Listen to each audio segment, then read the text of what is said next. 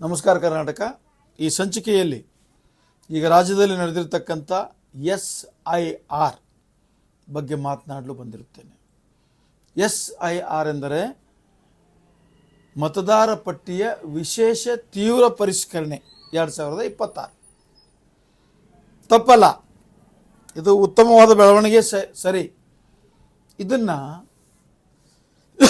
ಮತದಾರ ಪಟ್ಟಿ ಪರಿಷ್ಕರಣೆ ಮಾಡಬೇಕಾದ್ರೆ BLOಗಳಿಗೆ ಕೊಟ್ಟರು. BLOಗಳು ಯಾರು? ಅಂಗನವಾಡಿ ಶಿಕ್ಷಕಿಯರು. ಅಂಗನವಾಡಿ ಶಿಕ್ಷಕರ ವಿದ್ಯಾರ್ಥಿ ಏನು? SLCನೋ PUC. ಅವರಿಗೆ ಸರ್ಕಾರದಿಂದ ಕಂಪ್ಯೂಟರ್ ತರಬೇತಿ ತಾವು ಕೊಟ್ಟಿದ್ದೀರಾ? ಎಲ್ಲರಿಗೂ ಇಲ್ಲ. ಮೊಬೈಲಲ್ಲಿ ಆಪ್ರೇಟ್ ಮಾಡತಕ್ಕಂಥ ತರಬೇತಿಯನ್ನು ಕೊಟ್ಟು ಸರ್ಟಿಫಿಕೇಟ್ ಕೊಟ್ಟಿದ್ದೀರಾ? ಇಲ್ಲ. ಇವರ ಜೊತೆಗೆ ಪ್ರಾಥಮಿಕ ಶಾಲಾ ಶಿಕ್ಷಕರನ್ನು ಜೋಡಣೆ ಮಾಡಿ ಕೆಲಸಕ್ಕೆ ವಹಿಸಿದಿರಿ. ಎಷ್ಟು ಜನ ರಾಜ್ಯದ ಪ್ರೈಮರಿ ಶಾಲೆಯ ಶಿಕ್ಷಕರಿಗೆ ನೀವು ಕಂಪ್ಯೂಟರ್ ತರಬೇತಿ ನಾಲೆಜ್ ಕೊಟ್ಟಿದ್ದೀರಾ? ಇಲ್ಲವೇ ಇಲ್ಲ. ಹಾಗಾದರೆ ವಿಶೇಷ ತೀವ್ರ ಪರಿಷ್ಕರಣೆ ಏನಾಗಬಹುದು? ಇದನ್ನು ಮಾಡಿದವರಿಗೆ ಬುದ್ಧಿ ಇಲ್ಲವೇ? ಇದನ್ನು ಮಾಡಿಸುವವರಿಗೆ ಬುದ್ಧಿ ಇಲ್ಲವೇ? ಅಥವಾ ಮ್ಯಾಲ್ ಕೂತವರೆಲ್ಲ ಒಂಟಿ ಮ್ಯಾಗಿನ ಶಾಣ್ಯರೇ ಅಂತ ಕೇಳಬೇಕಾಗ್ತದೆ. ಒಂಟಿ ಮ್ಯಾಗಿನ ಶಾಣ್ಯರ ಅಂತಿರ್ತಾರೆ, ಹಂಗೆ ಅನ್ನಿಸ್ತದೆ ನನಗೆ.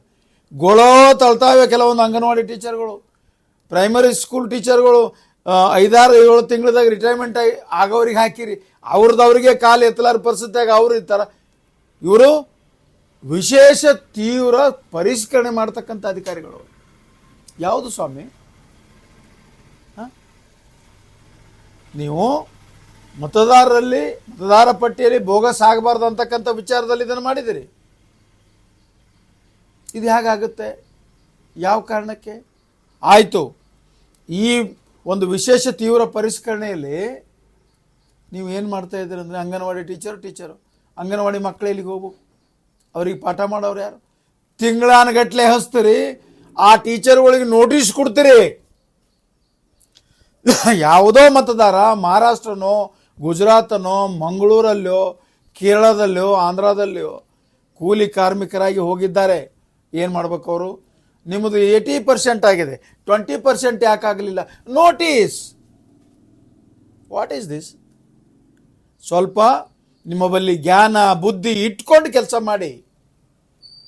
ನೀವು ಯಾವುದೇ ಒಂದು ಸರ್ವೆ ಮಾಡಿಸಿ, ನಾವು ಬೇಡನ್ನಲ್ಲ, ಅವರು ಮಕ್ಕಳಿಗೆ ವಿದ್ಯೆಯನ್ನು ಕೊಡಬೇಕು, ಸರ್ವೆ ಮಾಡೋದು ಆಗಬೇಕು, ಹಾಗೆ ಅಡ್ಜಸ್ಟ್ಮೆಂಟ್ ಮಾಡಬೇಕು, ಅವರಿಗೆ ಸಂಪೂರ್ಣ ತರಬೇತಿ ಕೊಡಬೇಕು. ಏನಾಗ್ಯದ ಪರಿಸ್ಥಿತಿ ಅಂದ್ರೆ, ಅಂಗನವಾಡಿ ಟೀಚರ್ ಗಾಂಡುಗಳದು ಎಂಥ ಗೋಳ, ಏಯಪ್ಪು ನೋಡ್ಲಿಕ್ಕಾಗಲ್ಲ. ಅವನಿಗೆ ಏನೂ ಬರಲ್ಲ, ಆ ಹೆಣ್ಮಗಳಿಗೆ ಏನೂ ಬರಲ್ಲ, ಮಾಡೋದೇನು? ಅಂಗನವಾಡಿ ಟೀಚರ್ ಸಿಲೆಕ್ಷನ್ ಮಾಡುವಾಗ ನೀವು ಸರಿಯಾಗಿ ಅವರಿಗೆ ಇಂಟ್ರ್ಯೂ ಮಾಡಿ ಅವರಲ್ಲಿ ಎಷ್ಟು ಧ್ಯಾನ ಇದೆ ಅಂತ ನೋಡ್ಕೊಂಡು ಮಾಡಿದ್ದೀರಾ? ಇಲ್ಲ.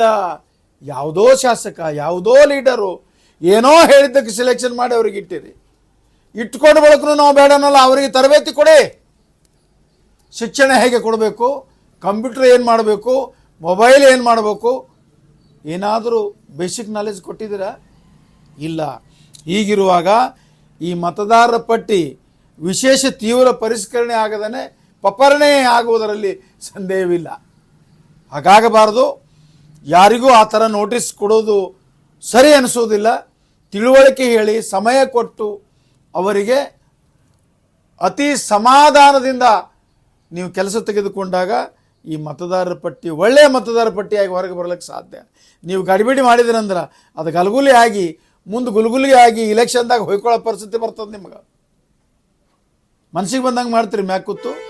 ಅದನ್ನು ಮಾಡಬೇಡಿ, ತಿಳುವಳಿಕೆ ಕೊಡಿ.